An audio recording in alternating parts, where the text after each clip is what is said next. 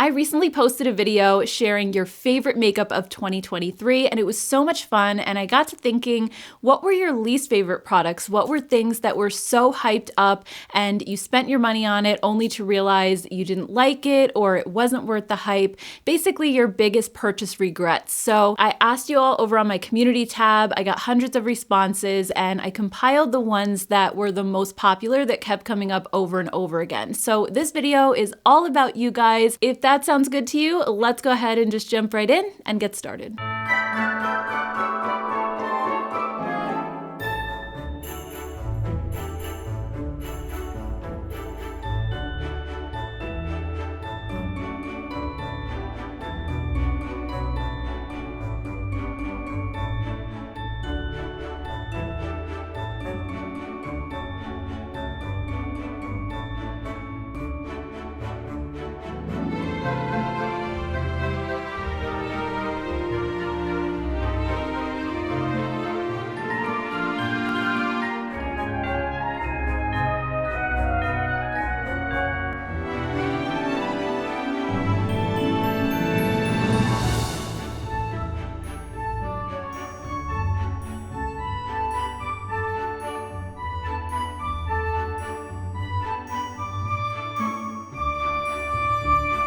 All right, so let's go ahead and kick this off with mascara. And one that really let you guys down that you all had a lot of complaints about was the Tower 28 mascara. I know this got so much hype. I actually purchased it myself and I was a little bit let down as well. I felt like it made my lashes look good, but my issue with it was that it smudged. So let's see what you guys had to say. The first one says, Tower 28 mascara, I don't think it works miracles as people said it to be. Some of the drugstore mascaras are much better. Another person said, I thought that was just me and it transferred horribly to my lower lid every time I wore it, and I don't even wear mascara on my lower lashes. This one says the Tower 28 mascara, it dried up faster than any mascara I've ever tried, had to throw it in the trash after only a few weeks. So I kind of feel like across the board, Tower 28's products don't have the best shelf life. The blushes I've had in the past and I like them, but I felt like they went off kind of quickly. Same thing with the lip glosses. It kind of stands to reason that the mascara would be the same way. Another product that really let you all down are the Rare Beauty lip oils. So this one says, Rare Beauty lip oils totally dries out my lips. This actually made me wary of other lip oils. Luckily, I was able to return it. So I think the thing for me that was a letdown about those is that they're called a lip oil, but they're not really. They're more of a creamy lip stain or a glossy stain. And those are really popular in Korean makeup, but I think you have to know what you're getting. If it says lip oil, you're going to think of something really hydrating, not necessarily a lip stain. And that's really what these are. So they are going to be more drying than a lip oil would be. And I think for that reason, a lot of people were disappointed just because they didn't really know what they were getting going into it. Another person said the Rare Beauty lip oils, they're so terrible and I have like 4 colors. Never buy more than one shade if you're not even sure you like the formula yet. And beware of FOMO and hype around new products. Lesson learned. I agree. I did the same thing with the Makeup by Mario blushes. I bought like all the colors and those didn't work out for me either. There were a lot of people also talking about Pat McGrath and just regretting buying her products. They didn't usually specify which product exactly. The first one says anything PMG, bought during a sale and cannot believe the overhype for her eyeshadows. Another one says I purchased a PMG palette and was totally disappointed. Should have saved my money for a quality indie palette. The same. I bought a PMG Mothership palette and I could just kick myself. Yes, I got 30% off, but the fallout and it wasn't long lasting on the eye. Pat McGrath, I finally bought my first Pat McGrath palette during one of her sales, and to say that I was disappointed would be an understatement. It felt like such a letdown for me formula-wise. I will stick with ND. So I completely agree when it comes to Pat McGrath, and I know like some people absolutely love her products, some people not so much. For me personally, I don't think that they're terrible. It's just that A, I don't think they live up to the hype, and B, I don't think they live up to the price. I don't feel like they're anything better than Natasha Denona, yet her palettes are almost double the price of Natasha Denona. So I just feel like I was let down because I was expecting so much more for the extra price point, and really, for me, it didn't really match up. A lot of you also didn't love the NYX Fat Lip Oils. So this person said the Tower 28 Concealer creases after an hour and the NYX Fat Lip Oil. They were fine, but I couldn't get past the scent. I don't really mind the scent of those too much. I feel like they're okay. As long as it's not floral, I'm good. Another person said NYX Fat Oil Lip Drip. They're fine, but just a regular gloss to me, so I don't understand the hype. Yeah, I mean, I guess the reason that I love them versus like a regular gloss is because they're a little thicker. I feel like glosses usually have a thinner feel and sometimes they can be really sticky, and the NYX ones have that thick, cushiony kind of texture, almost like a liquid lip balm. So I think that's why I like them. I just feel like they're more hydrating than some of the traditional lip glosses that are at the drugstore. But I also think that there are a lot of formulas like this now. So yeah, I mean, they don't really stand out, but I also like the colors that they come in too. I think the NYX line has a lot of darker colors, which is nice because glosses are sheer. So if you want a little bit more color, you have some of those deeper shades to play with.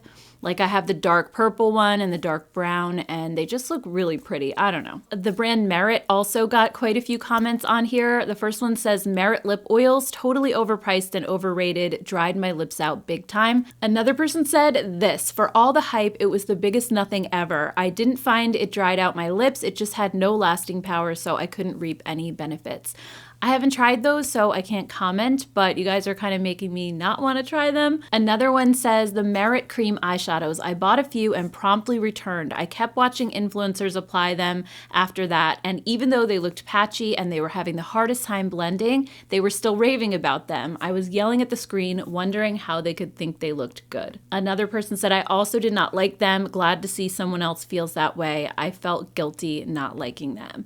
And then another one says, the Merit Cream eyeshadows, so many influencers raved about them and they were horrible, patchy, just a mess. And this next person didn't like the blushes. They said, Merit blushes, no payoff, wear off, just leaving my cheeks feeling like I put chapstick on them. I have dry cheeks too. So it kind of sounds like Merit as a brand really let you guys down. I know they do get a ton of hype, but I can see how it's not for everybody because they do have that very like low maintenance, no makeup kind of a vibe. And I feel like the colors aren't super saturated. The formulas are often very sheer. So I think if you're like a makeup lover, it might just seem kind of underwhelming. I don't know. The next one is the Makeup by Mario blushes. So yes, I'm not alone with this one.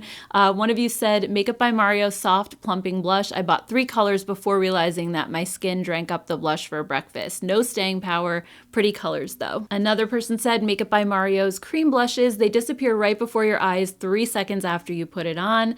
Another one said Mario blushes. I bought 2 because I love the bronzer and I never reach for the blushes.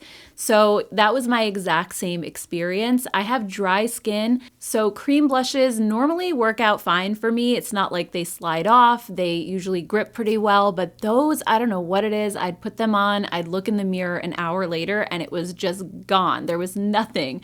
So I haven't had an experience with a blush like that in a long time, and that was really disappointing because I bought them in all the colors. And then Jones Road was another brand that I feel like got so much hype this year, especially over on TikTok and social media platforms, but they really let you guys down. The first one says Miracle Balm from Jones Road. I have mature skin and I thought it would be good, but I wear tinted sunscreen every day and it doesn't play nice with that, and it's expensive too. This one says the foundation and Miracle Balm from Jones Road. It is way too tacky. The foundation has these little bits in it and they both smell terrible. I've tried over and over again thinking maybe I'll like it, but nope, hate it every time. I felt the same way. I kept trying them over and over again because people just raved about it, but they were so greasy and I have really dry skin. I'm 46, so I guess you could consider mature skin.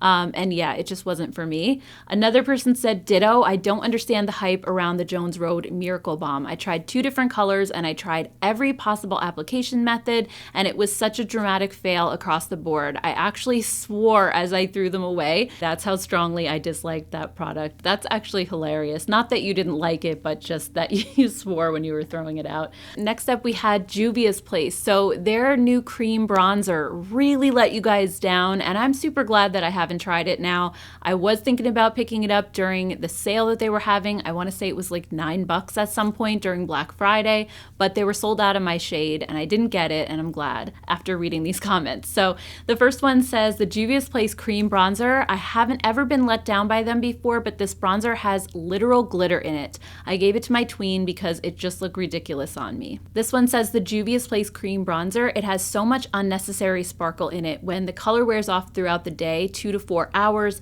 you're left with sparkle all over your forehead. Caught a glimpse of myself in the mirror at Texas Roadhouse, and it was a mess. This one says, this was my vote too. I was so disappointed when I got mine. The texture was beautiful, but that glitter. This one says, Juvia's Place cream bronzer. I can't believe it was released. It is so bad. Literal glitter all through it. Like, it could totally be a cream eyeshadow. It was so much sparkle. I looked insane the 2 times I tried to use it and had to completely remove all of my makeup. It went in the trash after that. That's actually sad because I thought the color range looked really good on those, and I feel the same as one of the commenters said. Juvia's Place rarely lets me down, but yeah, I'm not going to touch those if they have glitter in them. So interestingly, the next product made your best list of 2023, which was a couple videos ago, and it also made the worst. So this is a very polarizing product. It's the Natasha Denona I Need a Nude palette. So this one says, Natasha Denona I Need a Nude had high hopes, but it's a trifecta of bad to me. 1 or 2 noted, the specific salmon shades make me look sick, and the gray taupe shades make me look dead. This one says, might be unpopular opinion, but I think the ND I Need a Nude palette is overhyped. Maybe it's just me because I have over 100 palettes, so those shades can be found in many of the palettes I already owned,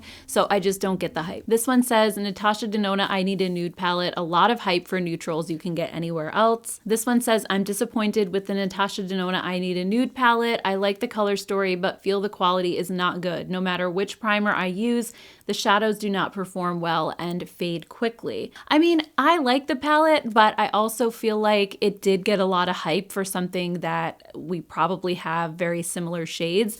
I think just based on feedback from those of you who put it in your favorite palette category, a lot of you had said that you have a lighter skin tone and that palette doesn't go too deep. Like, there's really only one dark shade in it, and so you felt like you could use all the colors, and that's not always the case because most palettes do have quite a few like really deep dark shades in them.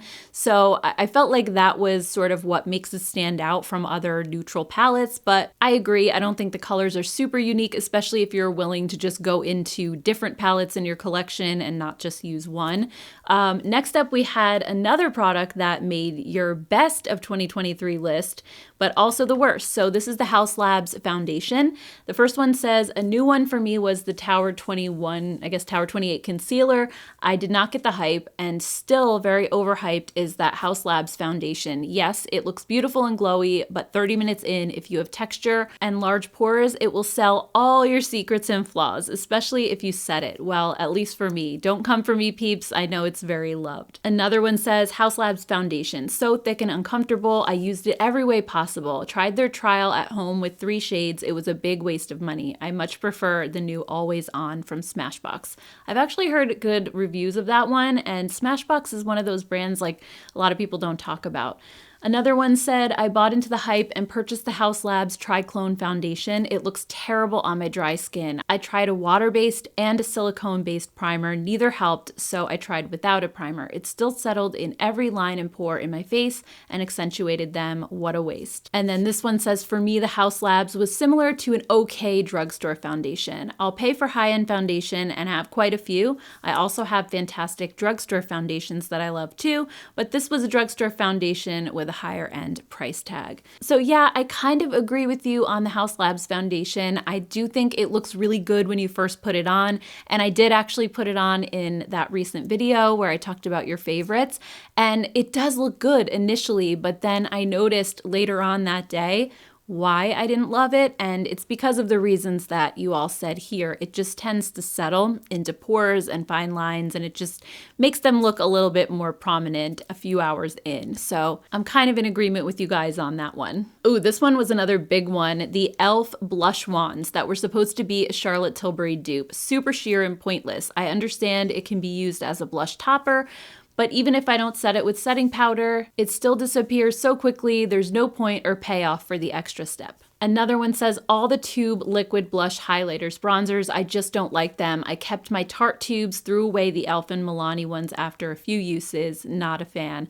I do think the drugstore versions just didn't hit right with me either. I like the Tarte ones. I think they probably come the closest to the Charlotte Tilbury, but I felt like the e.l.f. ones were very sheer and super patchy. They just lifted up my foundation underneath. They didn't go on smoothly. Same thing with the Milani as well. I like the Milani cream bronzer that's in the same tube, the same packaging, but the blush was definitely disappointing. You guys also were not fans of the Dior Rosy Glow blush. So this one says, I fell for the hype of the Dior pink blush. It was horrible. Didn't show up without adding 6 coats to my face and got hard pan the first time I used it. This is supposed to be a luxury product? No. Another one says the Dior pink blush was everywhere and it looked like such a soft, beautiful color. I couldn't get it to show up on my medium skin tone and it didn't want to pick up on the brush. I was disappointed. A lot of you also didn't love the Milani tubing mascara that came out earlier this year, and this one says, I know it's one of your faves and loved by many, but I hated the Milani tubing mascara. It was so incredibly wet, and when I attempted to build it at all,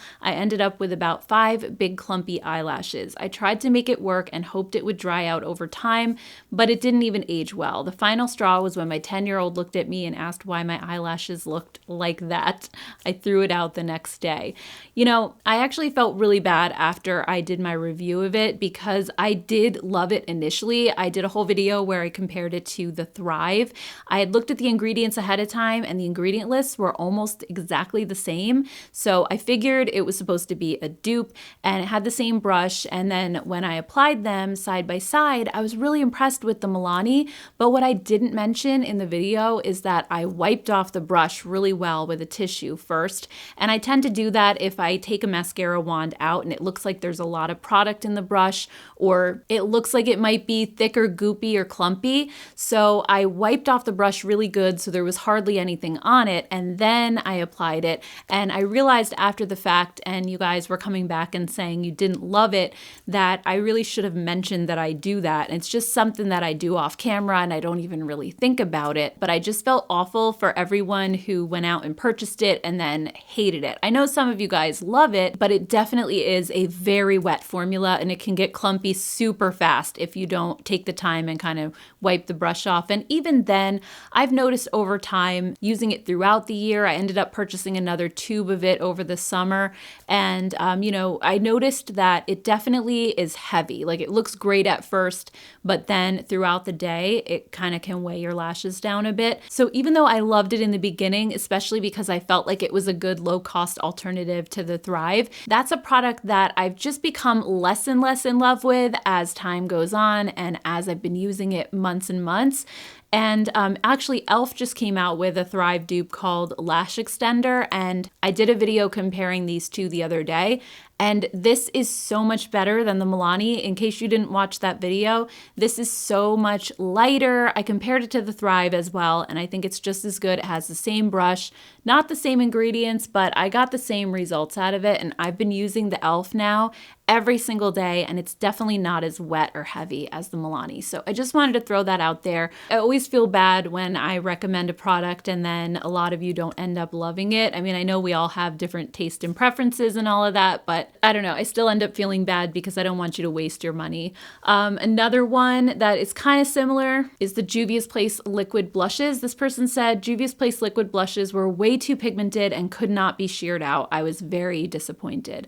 I actually did an entire video on those as well, and I really loved them. But I think the thing with those, and I don't know if this person watched my video, but you have to put like the tiniest little dot. And I don't put them directly on my cheeks. I I put it on my hand and then I take a sponge, which will sheer it out even more, and apply them that way. And they end up looking beautiful and the colors are stunning, but you need a dot like the size of the head of a pin. And I think going in, you don't realize that. And if you try to just put a regular amount like you would with any other liquid blush, it's going to be intense, just like the Rare Beauty ones. They're kind of similar to that, but I think even more pigmented. So that's a product that I think has a little bit of a learning curve, and you have to kind of know going into it, like what to expect from those. There were also a couple of responses about the Odin's Eye eyeshadow singles. The first one says, Odin's Eye singles, I bought 24 total, including all 12 multi-chromes. The fallout is uncontrollable, even with finger, NYX glitter glue, and a wet brush, and the impact for most shades is meh compared to some of their palettes. I felt duped. Another person said, I bought 12. Yeah, they're messy AF. So I actually didn't buy those, and I'm so happy because I was going to buy them and then I ended up holding off for whatever reason. Then I started to see reviews coming in about them, not really from people on YouTube, but like on Reddit and places like that.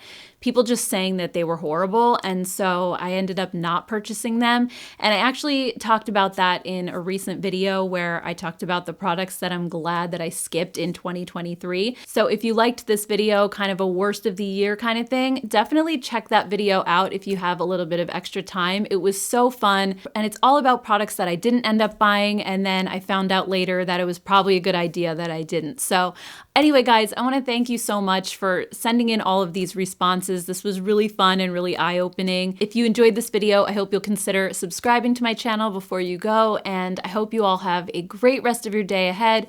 And thank you so much for taking time to watch this video. I really appreciate it. Take care, guys. Have a good one. Bye.